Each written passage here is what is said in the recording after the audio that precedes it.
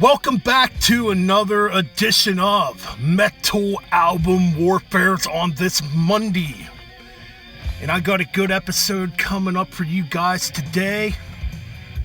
I figured, I'd talk about US power metal band.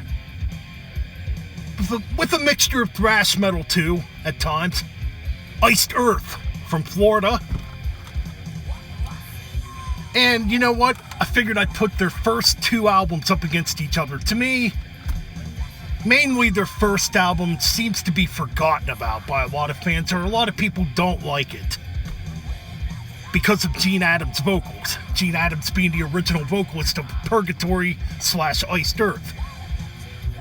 So yeah, this is the only album full-length album he did with Iced Earth.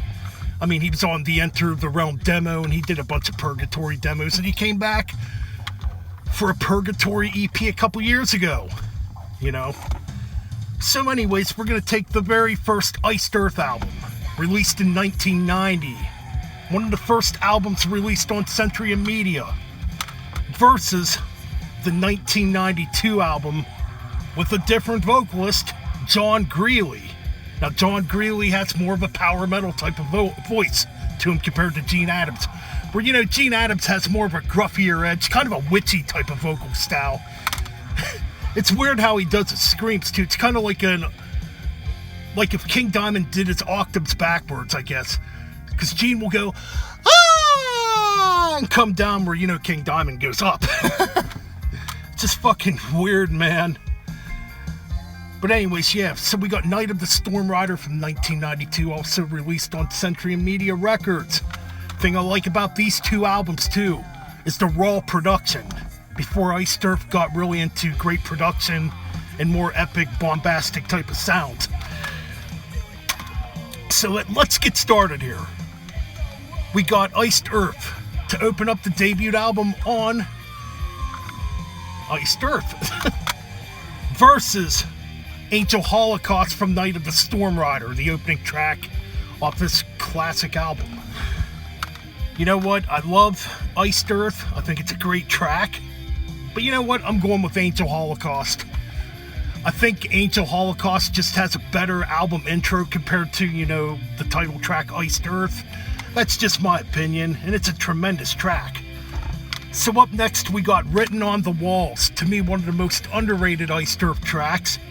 Versus Stormrider, from Stormrider. I'm going with Stormrider, man.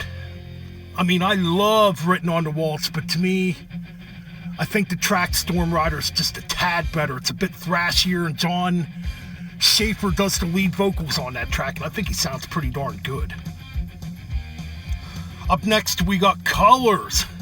Another great Iced Earth track versus The Path I Choose. Oh boy. This might be a total blowout here. Because The Path I Choose is probably my favorite Iced Earth track. So, of course, I'm going with The Path I Choose.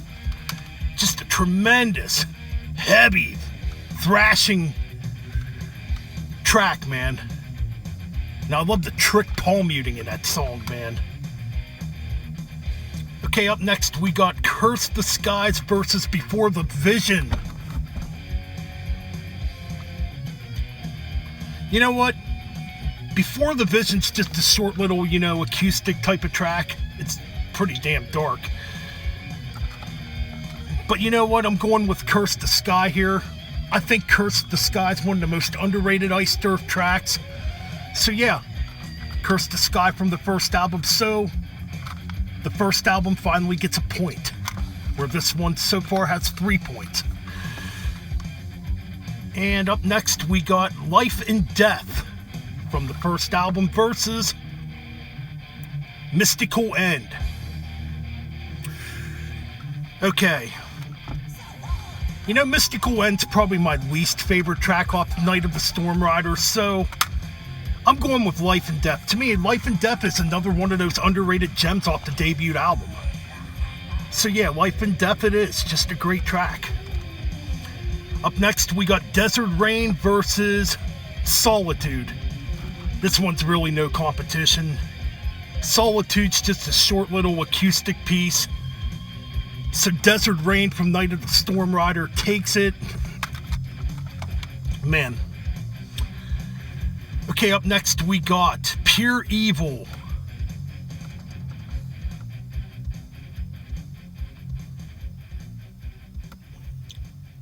Oh yeah, Pure Evil versus Funeral. I think I said that backwards. Anyways, Pure Evil being from this album, Night of the Stormrider, and Funeral being from the debut album. Yeah, I did say those backwards. I'm going to go with Pure Evil on this one. Now, don't get me wrong, Funeral's a tremendous instrumental, man. Kind of reminds me of like those early Metallica instrumentals. It's pretty darn good. But you know what? Pure Evil takes it, man. And last but not least, I'm putting two tracks together here. So we got When the Night Falls, the epic off this album,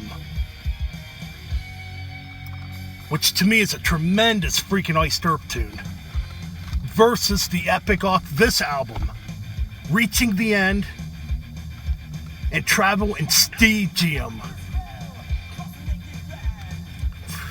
And the reason why I'm putting Reaching the End and Travel in Stygium together is because, well, Reaching the End's only like a 45-second long acoustic track, I believe.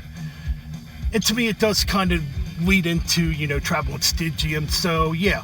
Anyways, Travel in Stygium wins it. I love that. You know, again, it's one of my favorite Iced Earth tracks. And I love the way the track ends with that piano piece. You know, in the midsection where it slows down, similar to how Master of Puppets is structured in some ways. It's an amazing freaking track, man. You know? So yeah, man, Night of the Stormrider wins this, but you know what?